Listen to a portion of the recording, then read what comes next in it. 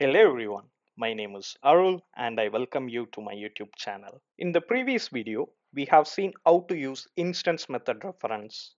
In this video, I will explain how to use constructor method reference. To understand constructor method reference, I will create a new class, year calculator with age. We will create a new integer property, birth year, and with this getter method, we will create a constructor with age as an argument. Inside the constructor method, we will try to get the current year using localDate.now.getYear. This will in turn returns the current year. Next, we can get the birth year from the current year minus age. Hope this is clear. So in summary, we are creating a class which as a constructor to calculate the birth year of the person using the current age.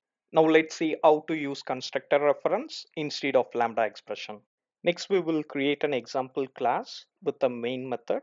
Inside main method, we will create a list of integer with list of age. And we will just try to do a println statement.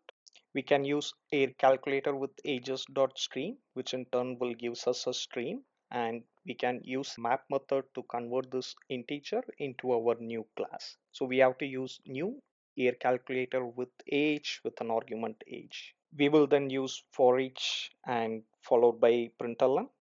So this is going to print the birth year of the person. This is without constructor reference, just using new operator. Next, we will see how to replace this with constructor reference.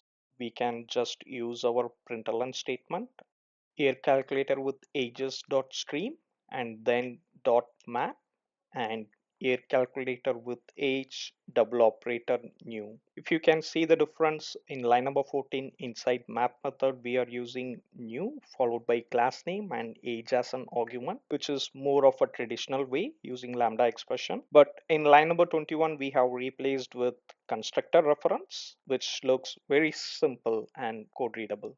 Again, another map to get the birth year from the air calculator with age instance. This is using instance method reference, which we have explored in our earlier video. And then we can use for each to print the birth year.